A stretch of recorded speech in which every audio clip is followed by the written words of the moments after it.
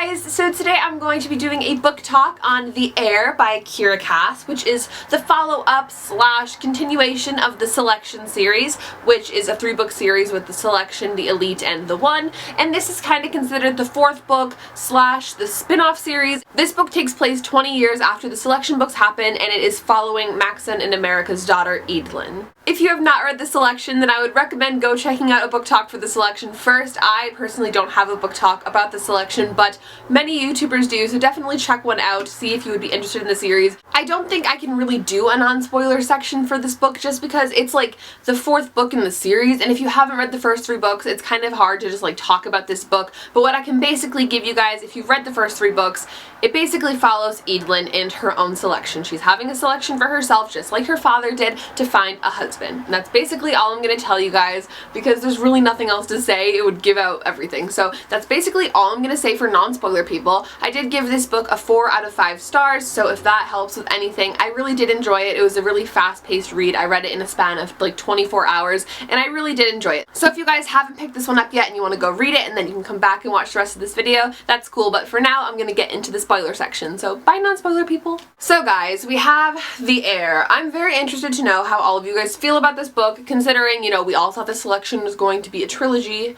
and then it's not anymore, and we have this book that takes place 20 years later, and it's kind of crazy. I think it was very interesting to read from the perspective of the selector, not the selected. You know, in the first 3 books we read from America's point of view, which she was casted as a 5, and now we know the caste systems are like over, and America was like in the selection, but Eadlyn is the person that's doing the selecting, which is kind of different to read from. Honestly, I have to say, Eadlyn was getting on my last nerve the whole book. She's just so high maintenance. Like, I get the fact that she's a princess and she's supposed to be like super high maintenance, but it's so annoying. Like, for the first like 150 pages of the book, I was like, when is this girl gonna shut up? She's like, I am the most important person in the whole country and I'm the best and nobody can do better than me. And it's like, stop. Like, you have no people skills. You honestly don't know what you're doing. Like, you think you're great and high and mighty and all that, which I guess you are, but you're so obnoxious.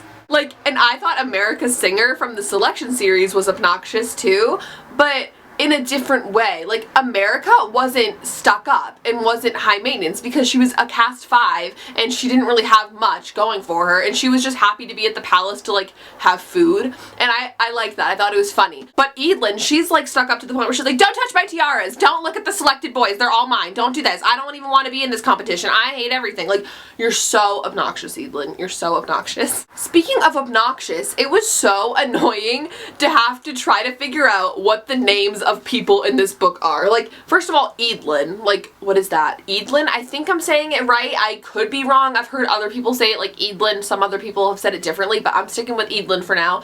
And then we have Eadlyn's brother, which is Aaron, but it's like a Hurin, like, but it's Aaron, I think.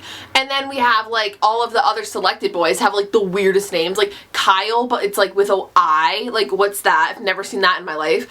All of her other brothers too have weird names, and there's like all of the selected boys, like Henry has the I, Eric with a K, like they're all just not okay. Like, Eric is easy to say, obviously, he's not even a selected boy, but the other selected boys, I can't even remember their names. They're just all so weird. What's up with that, Kiera?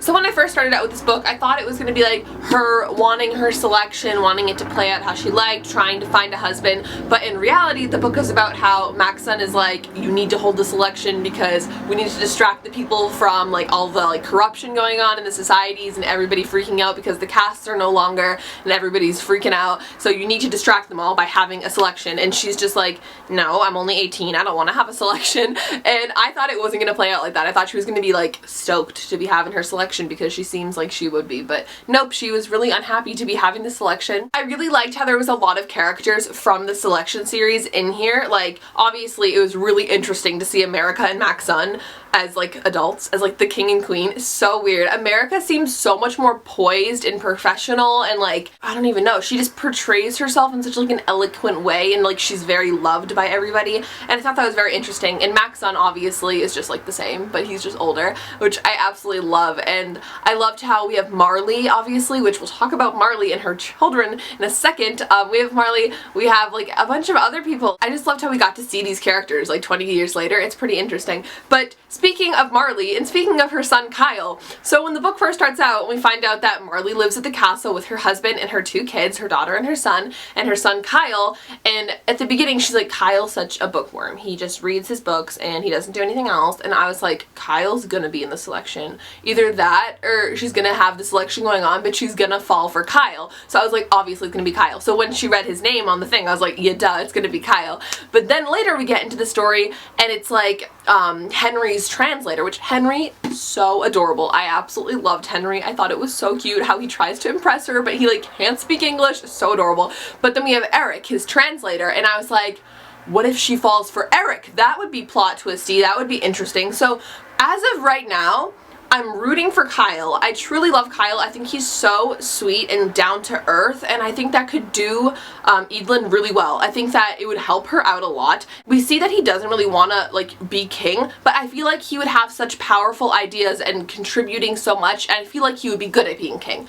And I feel like he's so down to earth that he would balance out Eadlyn and they would kind of like be good for each other, because she's more high maintenance, he's more down to earth, and they would just be balanced. I think that would be really good. But then with Eric, I like Eric. I don't see anything wrong with him, but I'm just kind of rooting for Kyle right now. So let me know who you're rooting for, because obviously we don't find out who wins in this book. There's like what, like 20, less than 20 people left, 10 people, I don't even know how many people are left. There's some guys that I was reading the book and I was like, who are they? Like, they've never been on a date with her. I've never heard her talk about them.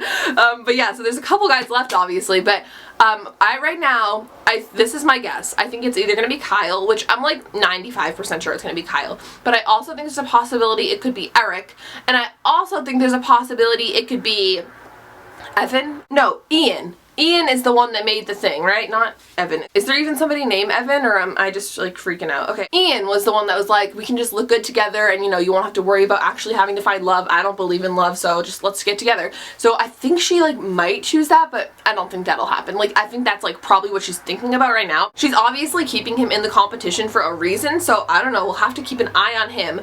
And then also Hale. Hale is the one that I think...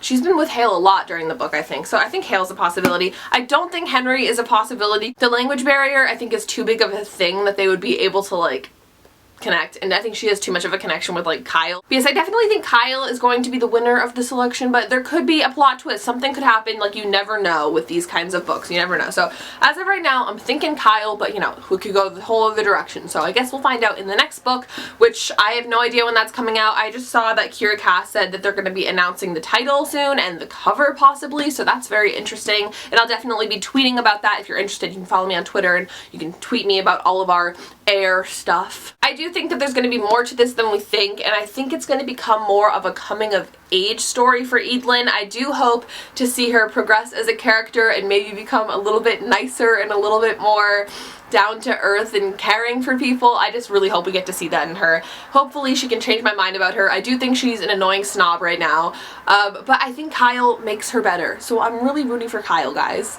I absolutely loved the relationship between Eadlyn and Aaron. You know, they're twins, and people say that twins have a deeper connection than just siblings, and you can definitely see that in them. I think they're very close, very, like, knowing of each other. They can, like, kind of just, like, see each other in a room and know what each other are thinking, and I really like that. I love a good brother-sister dynamic, and I think this one was perfect. And the end of the book, which we can start talking about right now, I guess, was crazy. So we have Aaron's girlfriend, or whatever, the Princess of France, right? And she comes over and she's like telling him, like, Eadlyn, I mean, is telling her brother, like, oh, like, don't do this, like, you don't know what you're doing, like, you might think you're in love, but you're not. And she's just trying to keep him for herself because she's selfish and she's jealous probably that he's found love and she can't.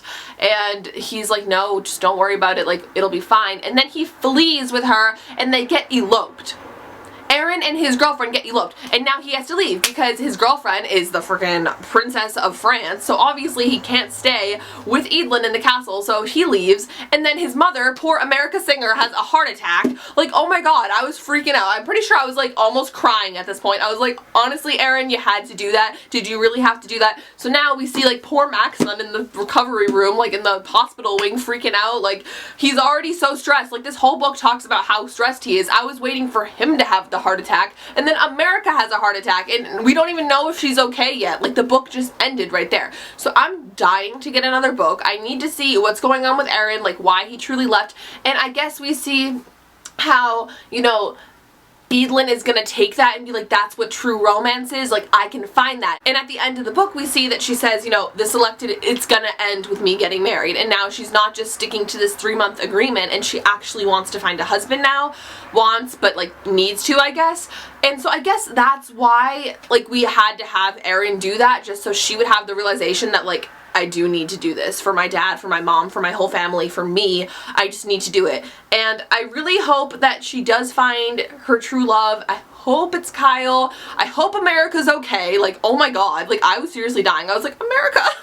No. Overall, I truly did enjoy this book. 4 out of 5 stars, like I said. I enjoyed it. There was a couple flaws here and there. Edelyn's kind of annoying, but overall, it was very fast-paced for me. Kiera Cass has this writing style that's just so beautifully written and so easy to read and fun, and I really adore that about her books, so I definitely loved it. I want to hear all of your thoughts on this book. Do you think it was something that you could have skipped and you're not really into, or do you absolutely love it? Do you love Edelyn? Do you hate her? What do you think in contrast to America, how she is? Is it interesting for you to see America and Mac's son as adults? Let me know all about it in the comments below, or you can tweet me on Twitter at LovelyLikeLaura. Make sure you follow me there. But yeah, I hope you guys enjoyed this book talk. Hope it was fun for you. Hope you got a little something out of it. And make sure you like this video if you haven't already, and subscribe to my channel also if you have not already.